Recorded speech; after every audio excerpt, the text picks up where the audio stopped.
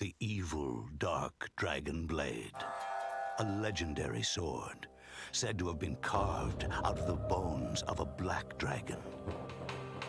It brought plague and death to the world during the age of ancient myth.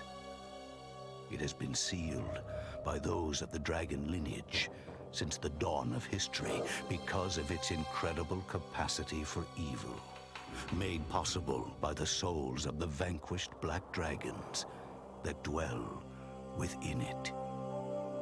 It is said that if the blade seal were to be broken, it would gather the hatred and evil of mankind and confer it upon the one who wields it, transforming him into the devil incarnate. However, not even those of the dragon lineage who protect it know the true extent of its power. The dragon sword, another weapon protected by the dragon lineage since ancient times.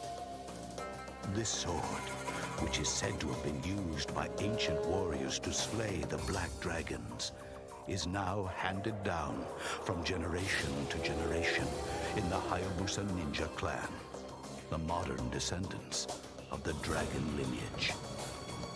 And now, the dragon sword is gripped firmly in the hands of young ninja Ryu Hayabusa.